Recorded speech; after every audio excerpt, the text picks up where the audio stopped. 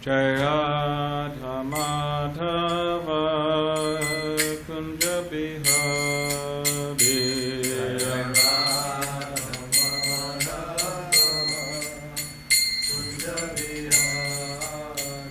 Jaya Radha Madhava Kunja Bihari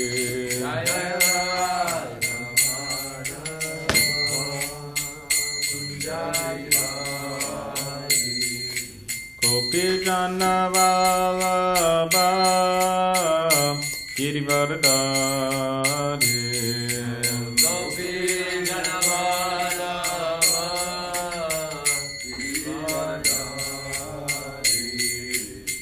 Gopi Jana Vallabha Girivardhari Gopi Jana Vallabha Girivardhari Yashodanandana Braja Jana Ranjana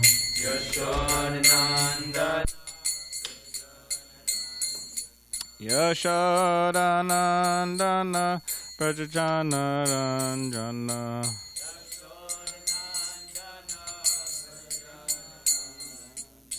Yamuna Tira Vanachari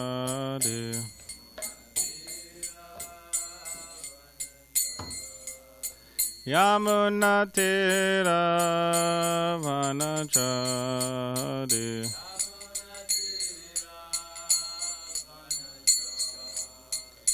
Jaya Radha Madhava Kunja Bihari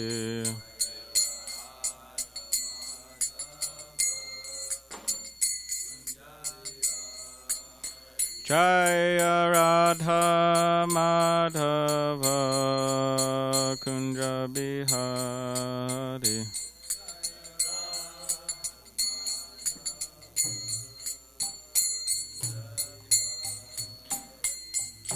Gopi Jana Vallabha Girivardhari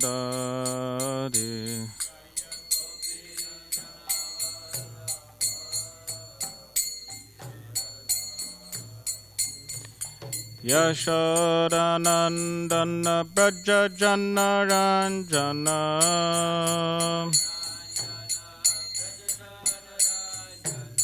Yashodanandana Braja Jana Ranjana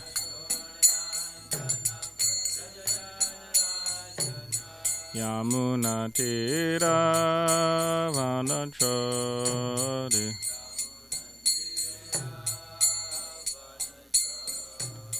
Yamuna Tira Vanachari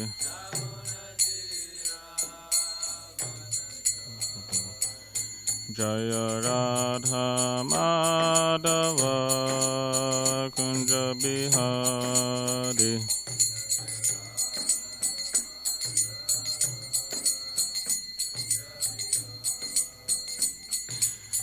Gopi Jana Vallabha Girivardhari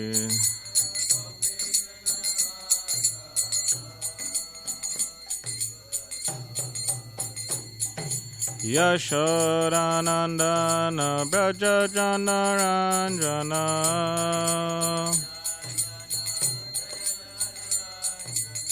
Yashodanandana Braja Jana Ranjana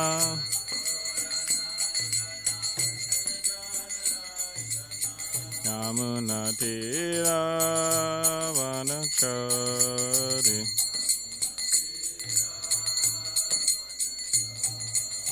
Yamuna Tira Vanachari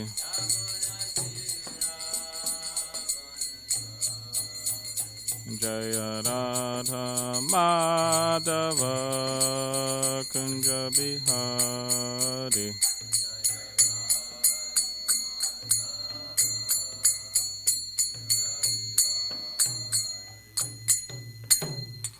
Jayam Vishpad Paramahamsa Parivrajakacharya Ashtotra Shatashi Srimad Divine Grace A.C. Bhaktivedanta Swami Prabhupada Ki Jai. Grantaraj Srimad Bhagavatam Ki Jai. All glories to the simple devotees, all glories to the simple devotees, all glories to the simple devotees, all glories to Shri Guru and Shri God and the glories to the Prabhupada.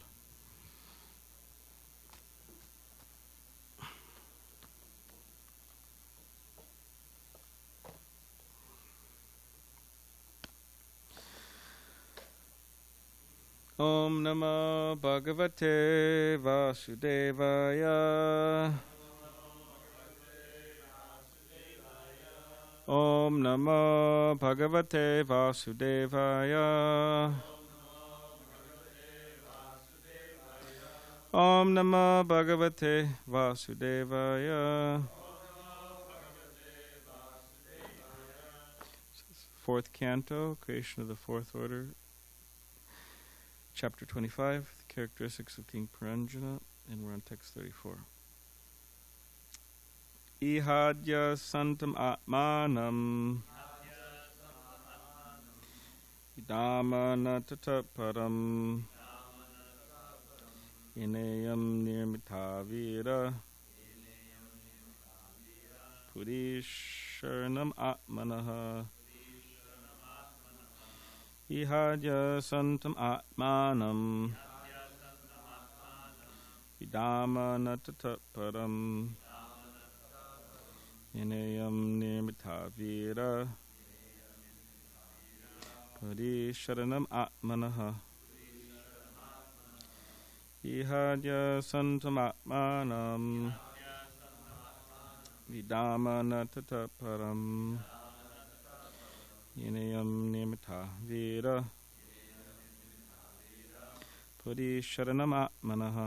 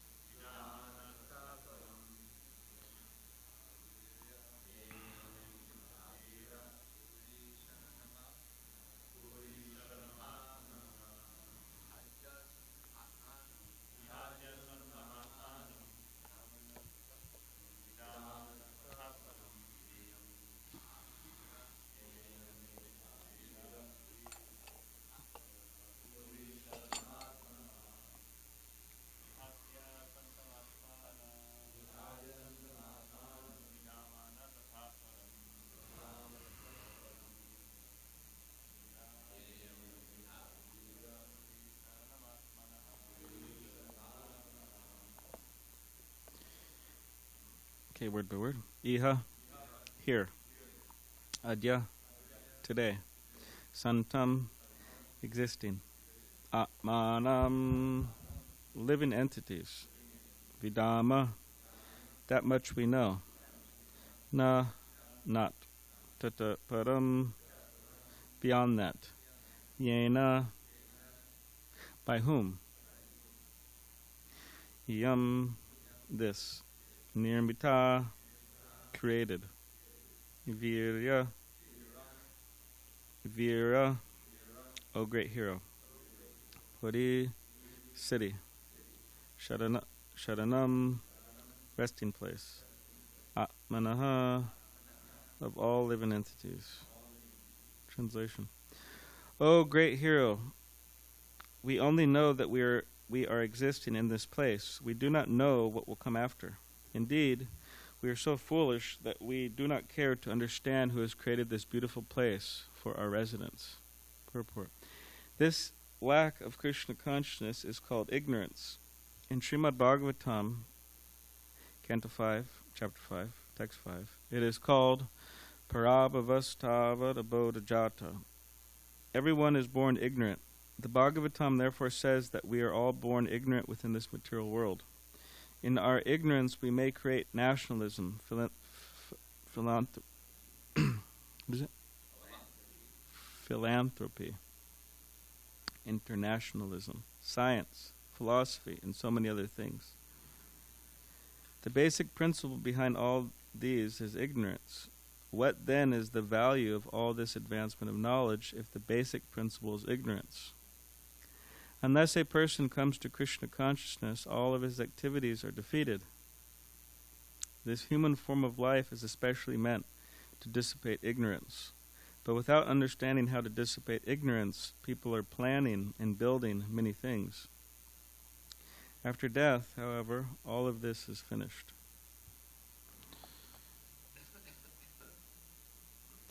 Om Jnanitivanandasya Gyananjanashalakaya Chakshulanmaditamena Tasmai Shri Guruve Namaha Mukam Karidvachalam Pangam Nanglayate Girim Yatkripa Tamaham Vande Shri Gurun Dinitaranam Vancha Kapadribhishcha Kripa Sindhube Vacha Patitanam Pavanebhyo Vaishnavebhyo Namo Namaha.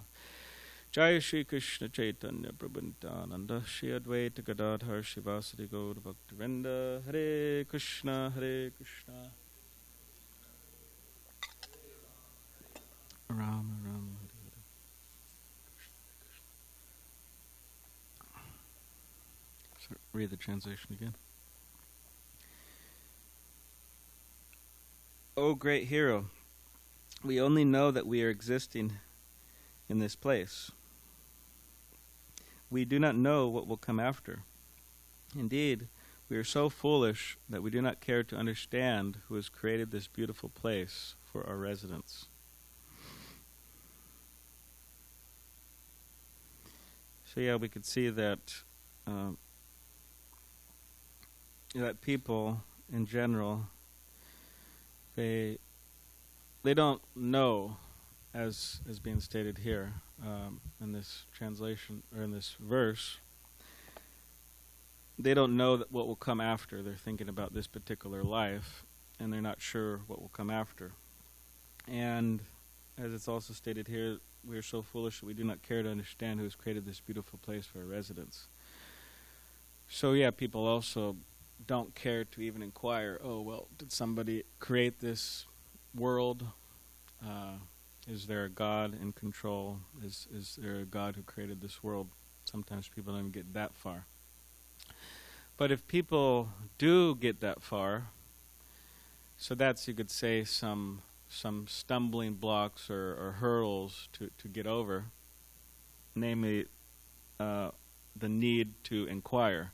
Now, if somebody gets so far as to inquire into the absolute truth, Janmad Yasyataha, absolute truth, then, but there are still more hurdles. It's not that, okay, well, I believe in God, and I'm a God-fearing citizen, and whatever. I engage in some religious activities, and I'm good to go.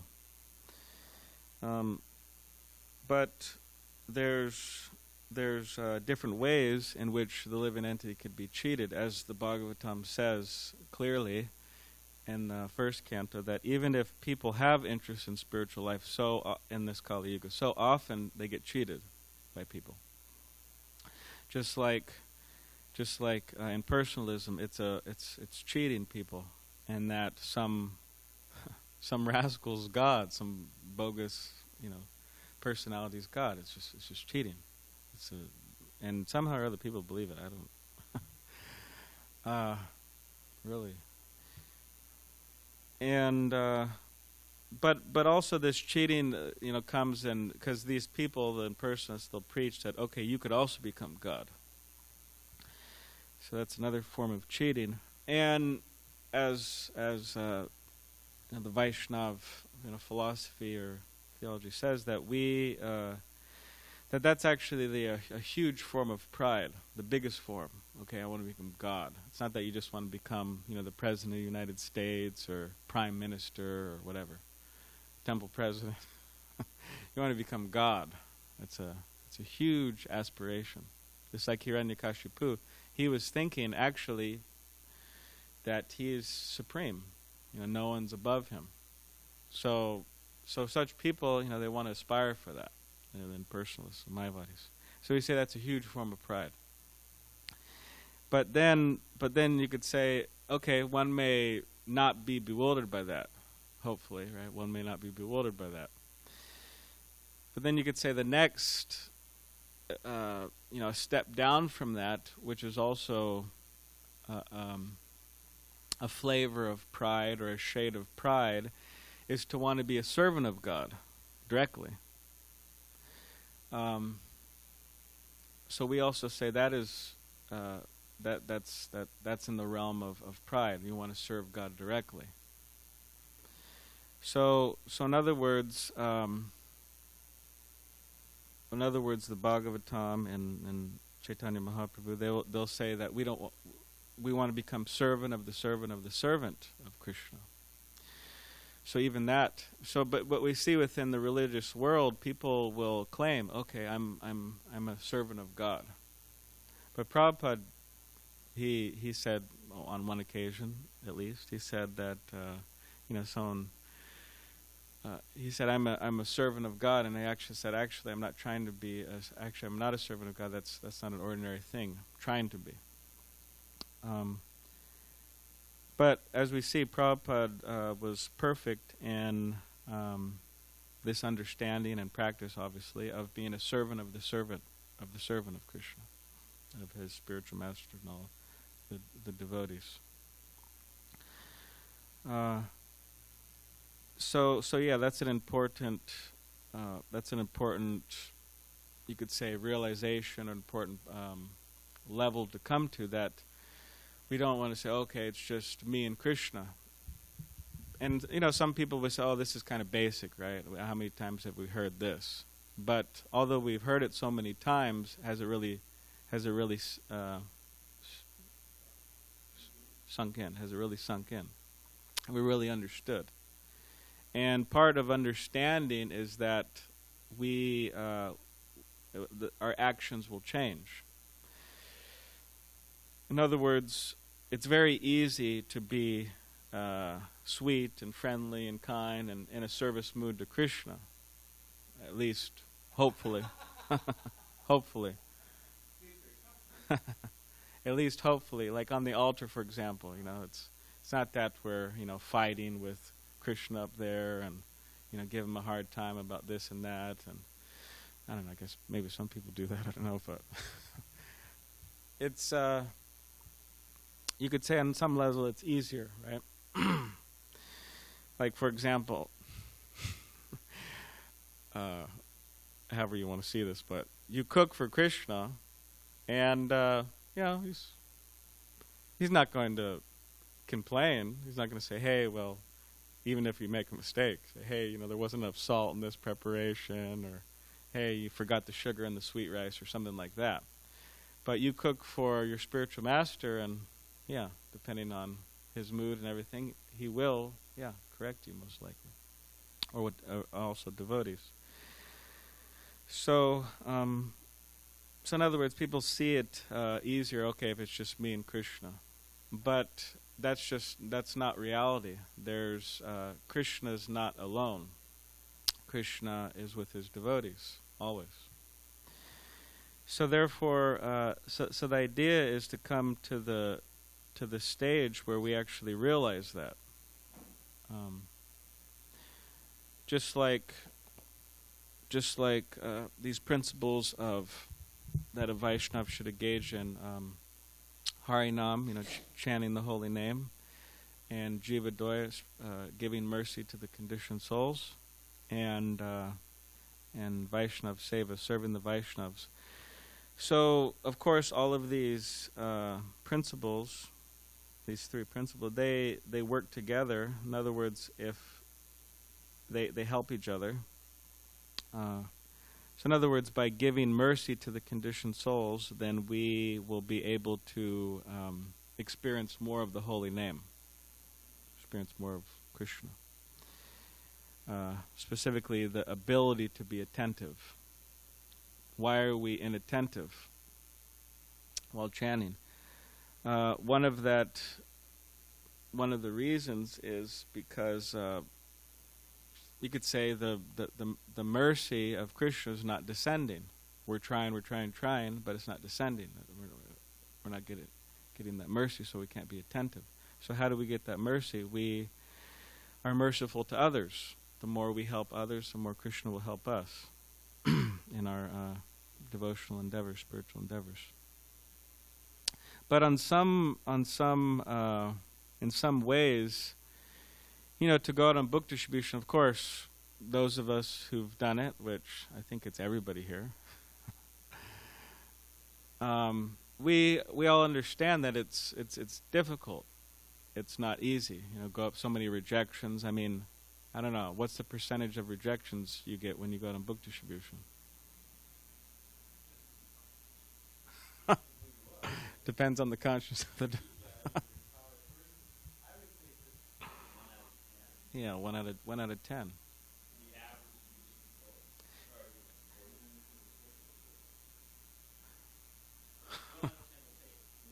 Huh? Be good. So, whatever there's a lot of rejection. So yeah, it could be difficult at times, but still, going out and preaching, going out to spread the holy name, going out to distribute books, and also engaging in the process of chanting. It's like, in some ways, you could say it could be seen as easier than engaging in Vaishnava Seva, because Vaishnava Seva, it's like we specifically know the imperfections or the seemingly imperfections of the persons we're living with, the persons we're associating with, and because we're so closely associated with each other, it's easy to kind of, you could say, lose track of who they really are, or at least to have appreciation. And you go out on books, it's like, all right, great, a bunch of new faces, giving them books, and they're giving some money, and there's a whole reciprocation going, and then it's not like you have to live with them. They go and you go, and it's easy, some level. And with chanting, it's okay. It's the holy name and us. Of course, that could be difficult too, right? Like inattentive, the mind, dealing with the mind and senses and all that. But at least we would hope that the appreciation of the holy name, doesn't wane so easily. But what I'm saying is that with the Vaishnavas, it's in many ways very easy to lose appreciation. Now, of course, if we go too overboard and lose an appreciation of devotees, then obviously we'll lose appreciation for the holy name and preaching and all that, because they all work together. So this is something that Srila Prabhupada really wanted all of us to work on, is that it's that to cooperate with each other, to tolerate each other, to cooperate with each other, and to push on the Hare Krishna movement.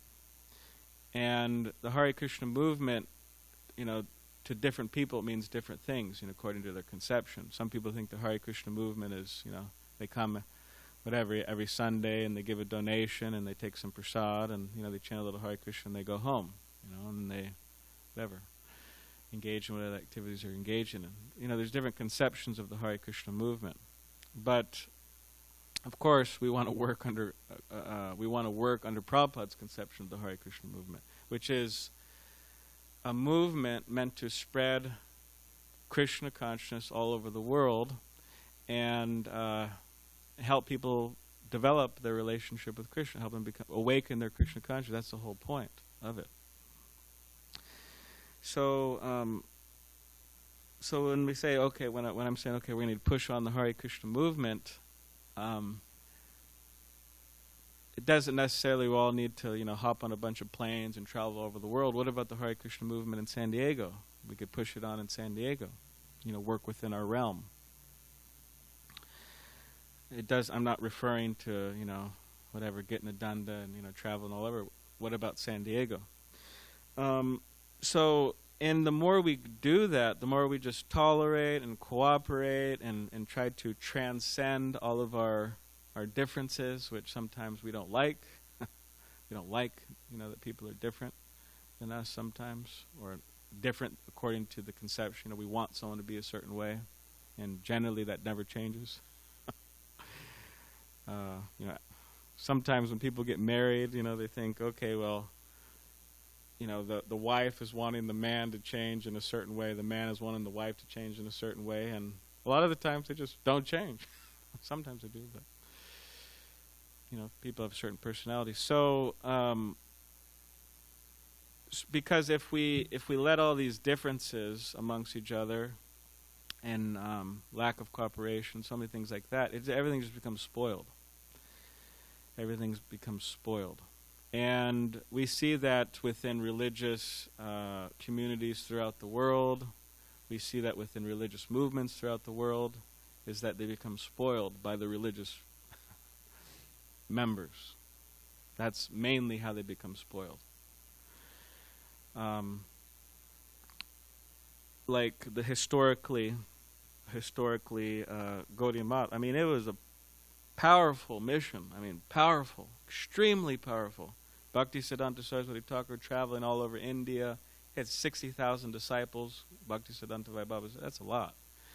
And he was getting the cream of the crop of intellectual, persons within India and training them up.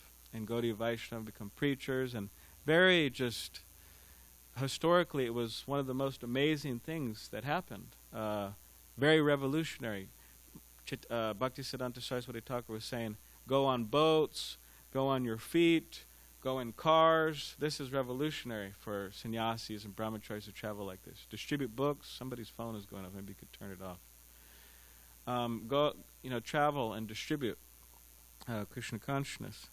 So such a powerful movement, and he was spreading it all throughout India. So, but Bhaktisiddhanta Saraswati Thakur, he foresaw the future. He was so powerful he could do that, and he told our Srila Prabhupada that there's going to be fire in the mat. People are going to start fighting over this room, that room. I actually went to the Bagh Bazaar, the place in which that main fighting was going on, and one devotee from Calcutta, he brought me there. It's still there, a beautiful temple. And the devotee was explaining to me the layout of the temple, and he was saying how, there's many rooms there, and specifically there was a few rooms that they get the breeze of the Ganga. So they're fighting over these rooms, and it all just. And Bhaktisiddhanta Saraswati Thakur was lamenting. He said, I would just sell all this marble and print books, and he was telling Prabhupada, if you ever get money, print books, which means, okay, if you ever get money, print books, but also it entails, distribute them, obviously. Not just print them, distribute them. So he foresaw that, and it just crumbled. And for years, litigation, court, and they're all going to court, fighting with each other, who's going to be Acharya. It was actually a big mess. Decades, And very difficult to recover from such a thing. So now, of course, that happened to the whole movement, which is it's quite really. It's actually hard to imagine that. Imagine something like that happened to ISKCON. But even you could say within a particular temple, because every temple, you could say in some ways is functioning as its own entity. But even in a temple, a temple can become spoiled by those living in it, especially, and whatever, the community, it becomes spoiled. So it is our great responsibility to fight against this ignorance, as this verse is saying. Paravabhas tavada bodhijata, that these materialistic desires, which is the source of all of this non-cooperation, intolerance, and all this stuff, these material desires born of ignorance. And ignorance destroys things. Destroys people, destroys nations, destroys communities, destroys just consciousness. It just all devouring enemy. This ignorance is really, it's like that Pac-Man, right? When you're just eating up everything. Everybody knows Pac-Man. Maybe some of you don't know Pac-Man. You don't know Pac-Man, huh? I guess depending on how old you are, you know Pac-Man. But things were, at least from a perspective of, the video game industry, that's quite innocent. Pac-Man, eating versus what they're doing now in the video games, Shoot a lot of shooting and killing and all that. So yeah, this ignorance, it will just spoil everything. And therefore, Prabhupada would say that we have to be spiritually strong, because there's like two things. Okay, there's karmatmaka, right? All these materialistic desires, which ruins everything, spiritually and materially even. And then there's spiritual strength. And so that spiritual strength is necessary, and that comes from hearing and chanting and engaging in sadhana bhakti. Or else everything seems like a burden, right? Everything seems like a burden. Oh, cleaning the kitchen again. Oh, such a burden. Okay, well, what will you do when you leave the temple? You think you're, well, I don't know, maybe you become rich and get some maid to clean your kitchen. I don't know. But, still, even rich people, doctors and so on, people think, oh, yeah, you kind of make your way up to the top and then you kind of just like sit back. And generally, that's not the case. Generally, even if you make it to the top, when I'm talking about top, means like kind of upper class America, not like top like Mr. Amazon or something like that. He could sit back a little bit, but top means like big doctor or something. They're working hard. It's not that they're kind of sit back. They're working. Like your father's a doctor, right? He works very hard, isn't it? So the principle that Srila Prabhupada lived by and tried to teach his disciples and taught his disciples and trying to institute in the grand disciples is that our motto is work hard for Krishna. Work hard for Krishna. Everything for Krishna, nothing for me. That's what Srila Prabhupada said his motto was. So, and it's actually gratifying. We want to be gratified, right? So it's gratifying to engage in Krishna consciousness. It means to work hard for Krishna. It's gratifying. So, or else, spiritual strength is lacking and everything's a burden. Cleaning the kitchen's a burden, cleaning the ashram's a burden, going on book distribution's a burden. Engaging in deity worship is a big burden, right? So many dressing every day. Getting out of bed's a burden. Taking prasadams, everything's a burden.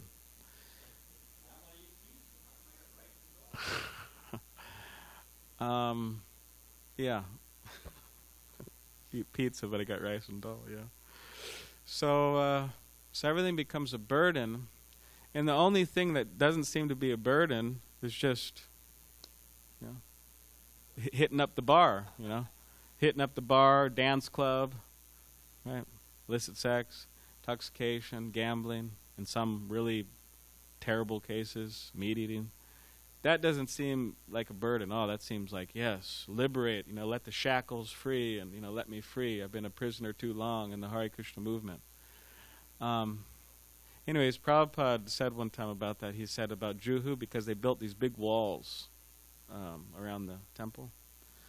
And then my spiritual master, devotees did. They built these big walls, or, walls around. And I don't know how big they were, but some walls. Of course, Jew temple's quite big, so. Yeah, apparently being, yeah. Well, they didn't mention the reason, but devotees were telling Prabhupada what people were saying about that. They're saying, oh, Prabhupada, they're saying that, these big walls, they're like in a prison. And then Prabhupada's eyes got really big, and he said, "Oh no!" And he said, what do you call that? With the O, no, long. He said, "Oh no!" His eyes got big, and he said, "The jail, the prison is actually outside." He said, "No, this isn't the."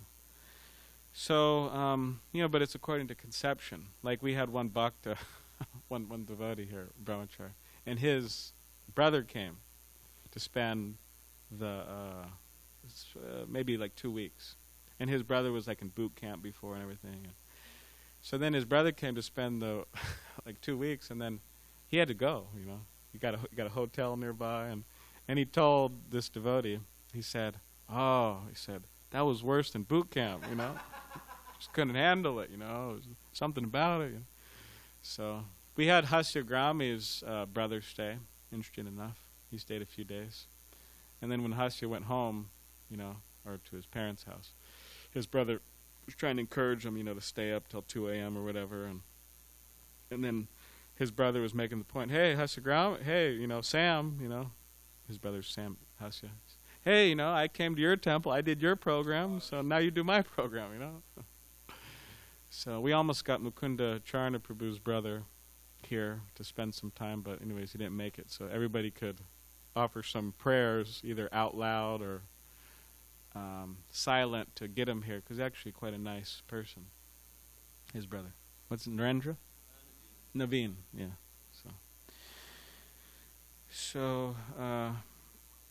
So yeah, as practitioners of bhakti, yoga, Krishna consciousness, we are not impressed by all of these people, their wealth, and this and that, so many things. We're not impressed.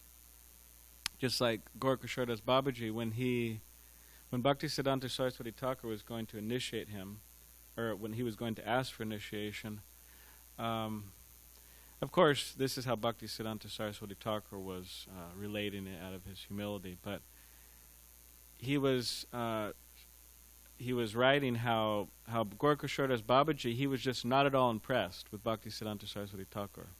And Bhaktisiddhanta Saraswati Thakur was thinking, I can't believe it. How is he not? I mean, so many people would have loved to have such a qualified disciple, but they were like dying to have him as a disciple. But Gorkashodas Babaji just, wasn't impressed. And then he asked, Bhaktivinoda Thakur asked Bhaktisiddhanta Saraswati Thakur, you approach him, Gorkashodas Babaji. And then Gorkashodas Babaji said, I'll ask Chaitanya Mahaprabhu and see what he says.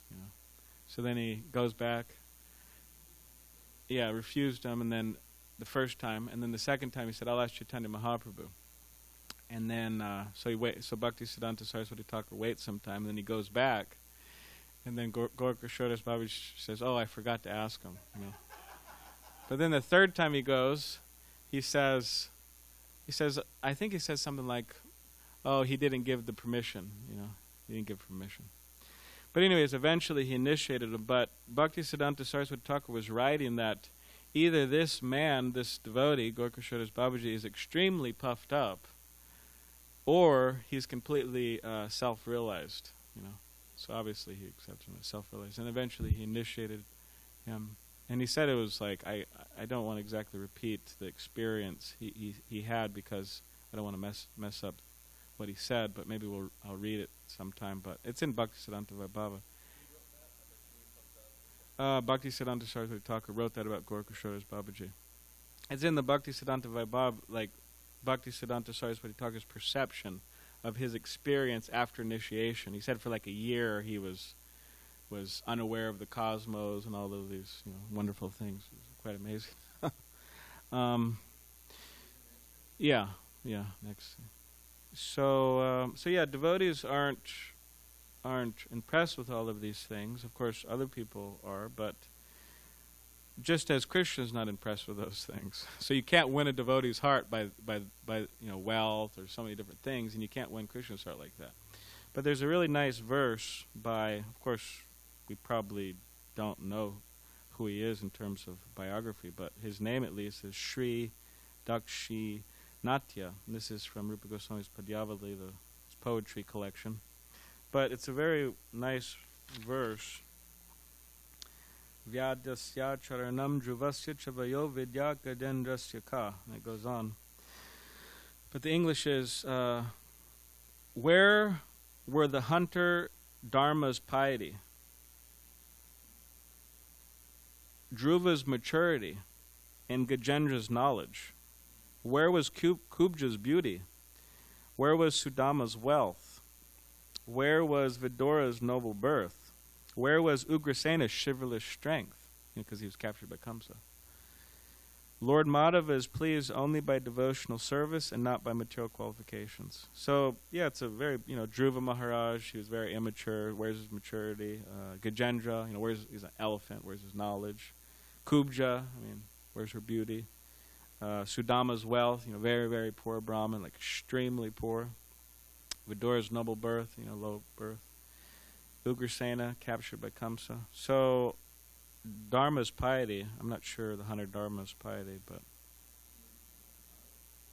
one of Narada's disciples. So, yeah, he's pleased by material qualifications. And just like last thing is that like the queens that Krishna married. He captured those 16,000 queens from that demoniac personality king. What was his name? Bhamasura, yeah.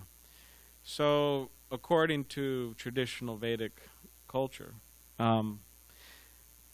those women, because they spent the night, because they spent days there, nobody would marry them. And therefore they were thinking, and they were young, and they were thinking, oh, my life's spoiled. What am I going, not going to get married? But because they're pure devotees, Krishna agreed. And therefore we could say that devotional qualifications outweigh material qualifications. So that's a nice thing wonderful thing about Krishna. So, all right, does anybody have any yes, or question or comments?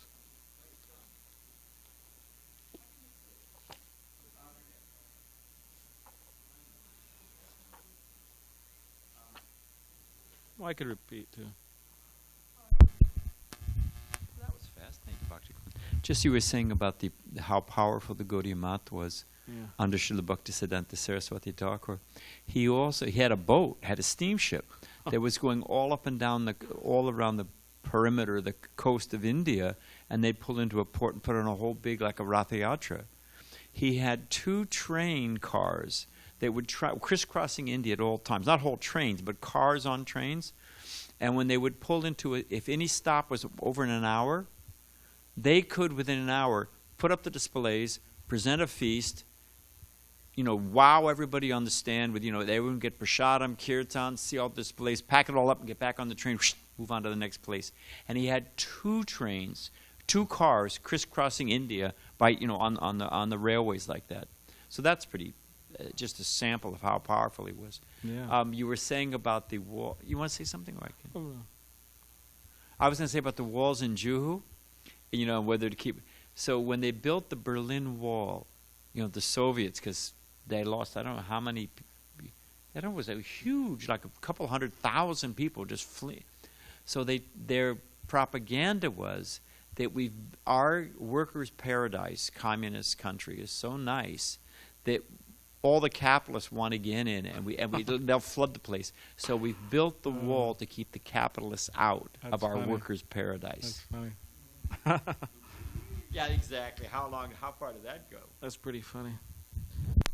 Yeah, with Bhaktisiddhanta Saraswati Thakur, because then, like you're just pointing out, so amazing. They're really enthusiastic under Bhaktisiddhanta Saraswati Thakur. But I was thinking also of when Gaurkishore Das Babaji and Bhaktivinoda Thakur, they actually left this world at a similar time frame. And Bhaktisiddhanta Saraswati Thakur, he was very, you could say, heartbroken from it. And he was, chanting, and he actually postponed some of his writing, and it's really... And then he had this vision, spiritual vision of Gaurkishore Das Babaji, Bhaktivinoda Thakur, Chaitanya Mahaprabhu, and all Panchatattva. They all came to him, and they said, don't worry. And they said so many, nice things. And said, focus on Gora, Gora Nam, which is the name, Chaitanya Mahaprabhu's name. Gora Kam, Chaitanya Mahaprabhu's desires. And what was the other one? Dham, the holy place, distributing the glories of these throughout India, throughout the world. And they said, Dham, holy place, Kam, desire, Chaitanya Mahaprabhu's desire, and Nam name. And they said, unlimited man, unlimited resources are all waiting for you. Just go out. So then he came the next day, and he apparently it said he told some of his followers, and very bright, and then he really started up his movement then. And yes, all necessary men and money will be provided. And he said, just preach, and the money will come if you need it. To spread. Yeah, and then he'd go out and he met our Srila Prabhupada. And so, yeah. All right. Yes, Dravida Prabhu, comment, question. It may be pretty obvious, but I think it's worth explicitly saying.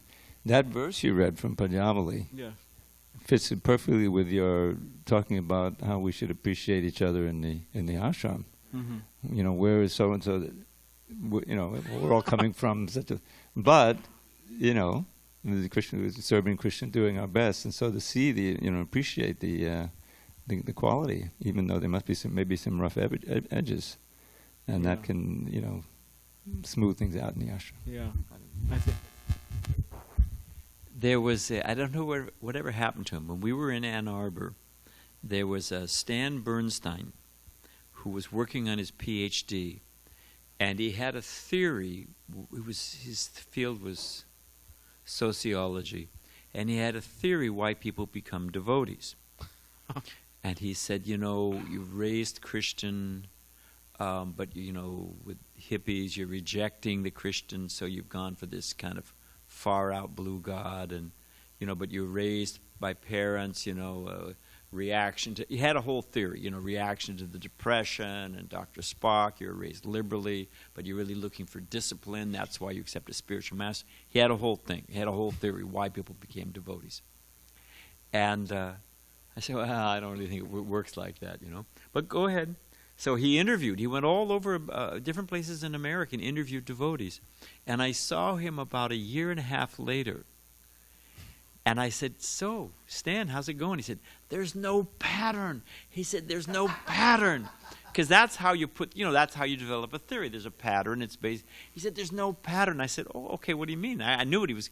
And which reminded me yesterday, you have devotees like Sariputta Prabhu or, who's a profound scholar, like your Guru Maharaj, who was, just came from a very educated and gentle family, sophisticated, And I remember I went out on Sankirtan. It was with Prahlad Priya, was his name? Not Prahlad, Prahladananda, whatever his name is. Yeah, anyway. No. This was a disciple of Ramaswami. Anyway, we went out, and first time I took him out on Sankirtan, and I knew he had kind of a rough background. So we pulled into a strip mall down in South Bay, and he said, I just can't get out here. And I was thinking, I was giving him the old, because it's true, pep talk. He said, no, that's not it at all. He said, you see that liquor store down there? I said, yeah. He said, I robbed it. So he didn't want to really get out. He thought, so, okay, that's a new reason I hadn't heard, And just a new one. Ram Padmash just told me this. In Chicago, they have a bhakta. Maybe I've told this before, but I'll be quick. This bhakta, here's how it became. If you're ever alone with the devotee, not alone, you meet someone for the first time, whatever, they're picking you up at the airport, you're taking prasham together, ask them how they became a devotee. You will get a fantastic story. So this devotee, here's the story. He was a cat burglar. He used to rob the houses. Cat burglar means, a second-story man, because they lock the front door. But it's summertime, you look for an open window, and you look for a tree or a trellis to climb up or something. So this guy would case, it's Lake Forest. It's a rich area by the lake. And big, beautiful houses. And he would case out the houses. He'd figure out the pattern. Okay, a Friday night, they all go out to the movie. So, so he had a house all picked out. He'd cased it out. He figured out the pattern. They all go out Friday night. They leave at 6. They don't come back till 10. Plenty of time, And there was a trellis that went up the window. So sure enough, they pull. He's stalking it out. They leave. He zips in, climbs up the thing. And he said, what you do, in case you ever want to be a robber, what you do is, people tend to keep their jewelry and their wallet and everything by there's a bedside table. You know, and they pull open the drawer, there's a box there, they take off their earrings, they take off their watch, they put, take out their wallets, So you don't want to mess around because you don't want to get caught. You go right to the bedroom, you go right to the bedside table, and that's where you'll find things. So you don't want to turn the flashlight. The neighbors will say, hey, what's going on up there? So you got to do it in the dark. So the guy's in there, he's in the dark, he's doing a thing. All of a sudden, the householder, something happened, pulled into the driveway. So the guy freaked. But he was in the bedroom, he'd already risked his life, grabbed what he thought was a jewelry box, the right thick, took it, threw it in his bag, climbed the thing, got a couple blocks away, turned on his flashlight, looked in his bag, Bhagavad Gita. And it was Prabhupada's Gita, it was on the bedside table. And he thought, geez, I risked my life, I might as well read it. Read Gita and became a devotee. That's a good one. It's a true story. So my point is, we'll call him Rancher, I don't know what his name will be, So there it is. You never, like you were saying, you can't tell who's going to become a devotee or why. And we have to appreciate the different qualities. That's a good one. Yeah, there's this book, Servant of the Servant. It's a wonderful book by Tamal Krishna Goswami, and he said, I dedicate this to my disciples that they'll be inspired to spread Krishna consciousness.